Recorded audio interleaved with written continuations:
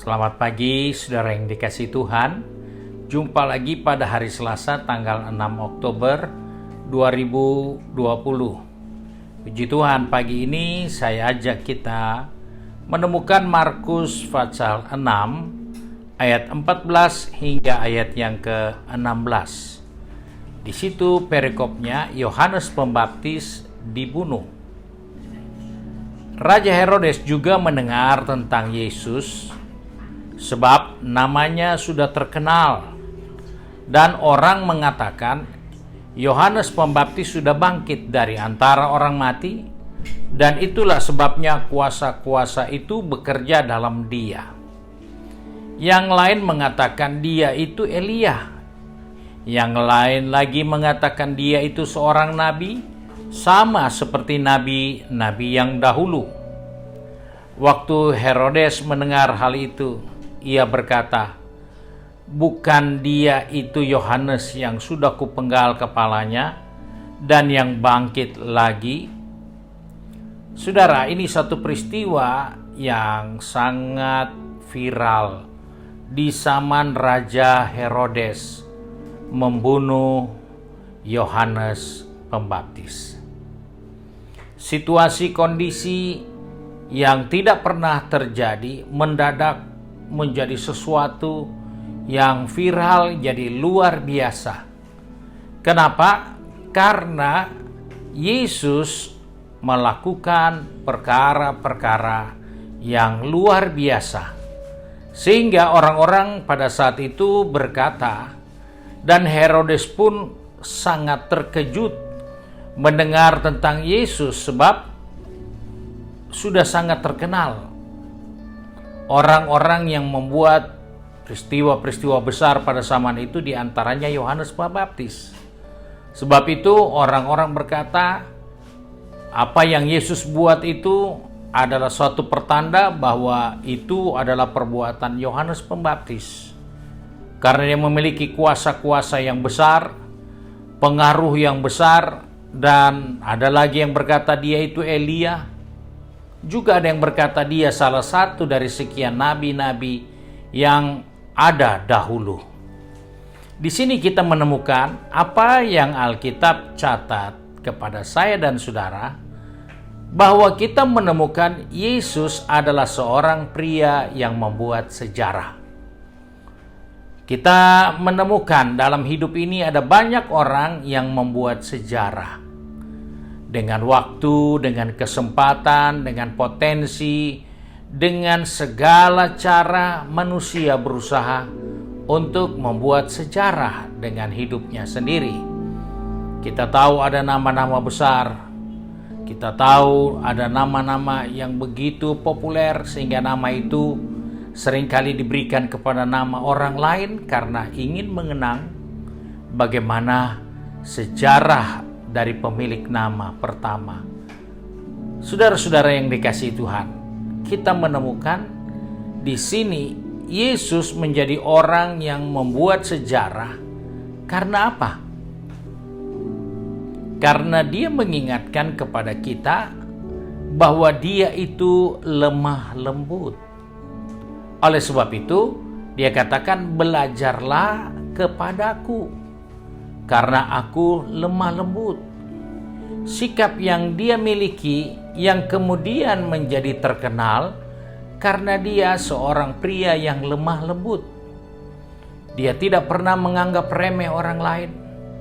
Dia tidak pernah terpengaruh dengan orang-orang kuat yang ingin membuat sesuka-sukanya. Sebab itu dia tidak takut dengan ahli Taurat, orang Farisi, orang Saduki yang memutarbalikkan kebenaran. Dia tetap pada prinsipnya. Kebenaran adalah hal yang benar. Sebab itu Yesus tidak pernah berubah. Dari awalnya dia menjadi seorang yang pembuat sejarah karena dia lemah lembut. Dia ada di tempat yang tepat untuk memberi yang terbaik bagi orang banyak. Hal yang kedua yang kita ketemukan, dia seorang pembuat sejarah karena begitu banyak karyanya, yaitu perbuatan-perbuatan baik yang dia lakukan kepada siapa saja. Dia menyembuhkan orang yang terjangkit dengan berbagai-bagai penyakit. Dia menolong orang dalam berbagai-bagai masalah. Dia membangkitkan orang mati. Itu membuktikan dia menjadi seorang yang pembuat sejarah. Dan banyak kitab selain Alkitab juga menceritakan Yesus seorang nabi yang banyak berbuat mujizat. Oleh sebab itu kita bersyukur kita menemukan dalam satu kondisi di mana Yesus menjadi orang yang tidak disukai oleh Herodes, oleh orang-orang Farisi, orang Saduki, dan banyak lagi yang tidak suka. Tetapi dia tidak terpengaruh dengan orang yang tidak suka. Sejarah terus diukirnya dengan perbuatan-perbuatan yang baik, dengan lemah lembut.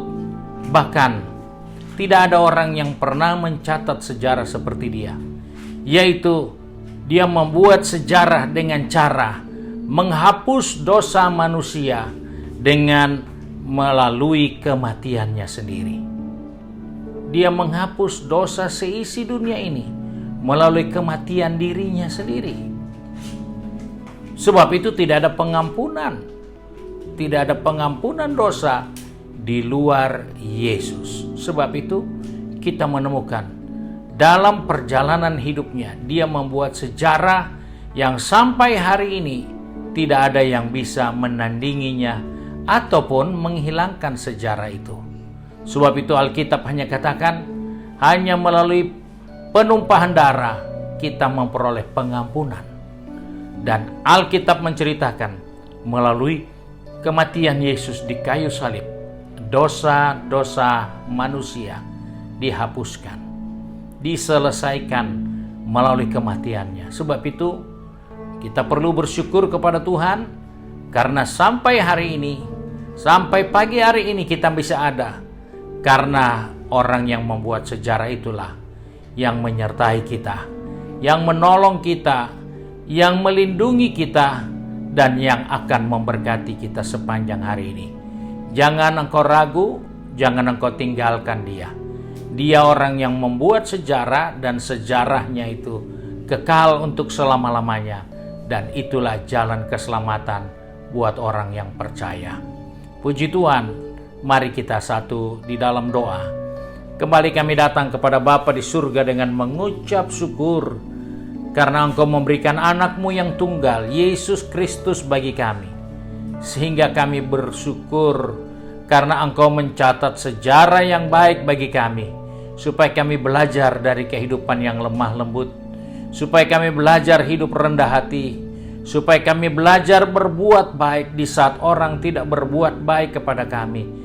Kami diajar untuk mengampuni di saat orang lain tidak mengampuni kami. Sebab itu Bapa, tolong kami sepanjang hari ini. Pegang tangan kami, atur langkah kaki kami. Di mana sebentar lagi anak-anak-Mu ada yang pergi ke tempat pekerjaan, ada yang akan berbisnis, ada yang akan sekolah atau berkuliah, dan juga ada yang tinggal di rumah dengan kesibukan rumah tangga. Kami mohon Tuhan, tolong kami sertai kami, supaya kami dapat melihat contoh teladan yang baik dari seorang yang pembuat sejarah bagi manusia, yaitu Yesus Kristus yang kami sembah sebagai Tuhan dan Juru Selamat kami. Sebab itu Bapa, seluruh kegiatan kami serahkan dalam tangan-Mu karena kami percaya Engkau bukan hanya membuat sejarah pada waktu dahulu. Engkau menolong orang susah, Engkau menyembuhkan orang sakit, bahkan Engkau membangkitkan orang mati. Tapi sampai hari ini kami tetap percaya kekuatan kuasa-Mu tetap sama dan tidak pernah berubah. Terima kasih Bapa untuk pertolongan-Mu sepanjang hari ini.